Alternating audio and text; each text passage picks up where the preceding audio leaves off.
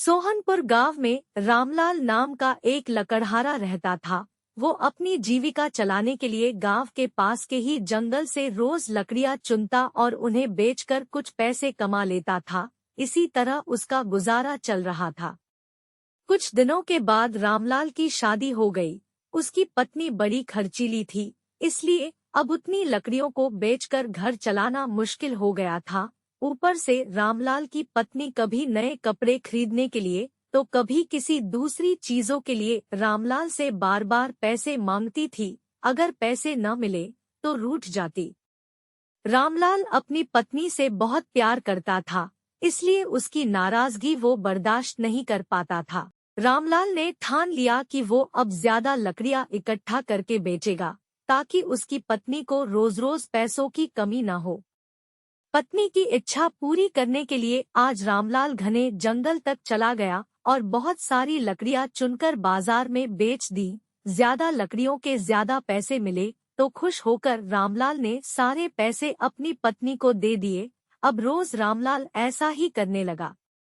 देखते ही देखते उसके मन में लालच इतना बढ़ गया कि उसने धीरे धीरे पेड़ काटना भी शुरू कर दिया। पेड़ काटने से और ज्यादा लकड़ियां हो जाती थी और उसे अधिक दाम मिलने लगे। लकड़हारा हर हफ्ते एक पेड़ काटता और लकड़ियां बेचकर मिलने वाले पैसों से अपनी पत्नी के शौक पूरे करता। अब पैसे ज्यादा आ रहे थे तो घर भी अच्छे से चल रहा था। धीरे रामलाल ने पैसों को जुए में लगाना शुरू कर दिया। जुआ खेलने की लत ऐसी लगी कि रामलाल एक मोटी रकम इसमें हार गया।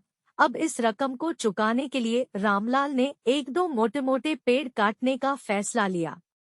जैसे ही रामलाल ने जंगल में जाकर अपनी कुल्हाड़ी को एक बड़े से पेड़ पर चलाने की कोशिश की तो उस पर पेड़ की टहनी ने हमला कर दिया। रामलाल चौंक गया, फिर उसे पेड़ की एक टहनी ने लपेट लिया। रामलाल कुछ समझ नहीं पाया कि यह सब क्या हो रहा है। तभी पेड़ से आवाज आई, मूर्ख, तू अपने लालच के चक्कर में मुझे काट रहा है। तू सारे पैसे जुए में लुटा देता है और फिर पैसे लौटाने के लिए पेड़ काटने आ जाता है।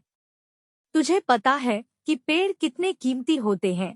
हमारे अंदर भी जान बसती है और हम तुम इंसानों को जीने के लिए हवा, धूप में छाया और भूख को शांत करने के लिए फल देते हैं, लेकिन तू अपने स्वार्थ के लिए हमें ही काट रहा है।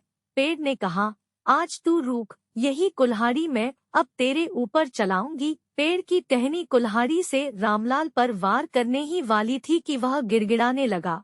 उसने माफी मांगते हुए कहा, मुझसे गलती हुई है, लेकिन मुझे सुधरने का एक मौका दो। अगर आप मुझे मार दोगे तो मेरी पत्नी का क्या होगा?